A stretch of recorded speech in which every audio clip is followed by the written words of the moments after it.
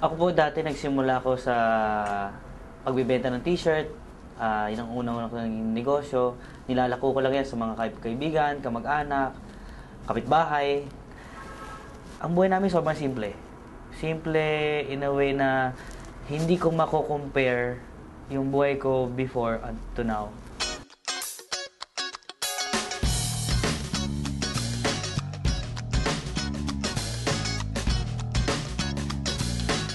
Hindi ko in-imagine na dadating sa punto na ganito kalaki pala yung pinag-uusapan namin dati.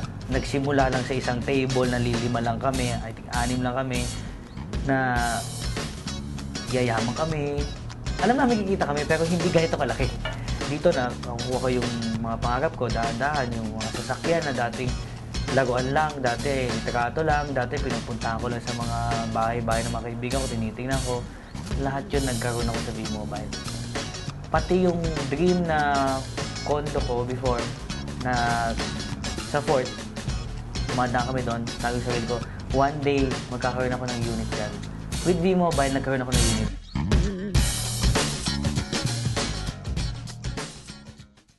Siguro without V-Mobile, walang sasakyan, walang savings, walang masarap na buhay. Alam mo, maganda talaga dito, more than the money that we earn. I have time for my family, I have time for my daughter, I have time for my wife. Natuto ako sa buhay nung pumasok ako dito. Experience. Iba-ibang tao nakakausap. May mayaman, may mahihirap. Madami kang matututunan sa kanila. At ang dami ko naging kaibigan. Alam mo, number one, madami nagsasabi sa akin, si Piwi kasi, kaya naman kasi malaki kinikita niya kasi siya yung 01, siya yung sa taas. Alam mo, all I can say, hindi po posisyon ang nagpapayaman sa tao. Number one, attitude. Work hard and always believe in yourself. Be positive. Always be happy.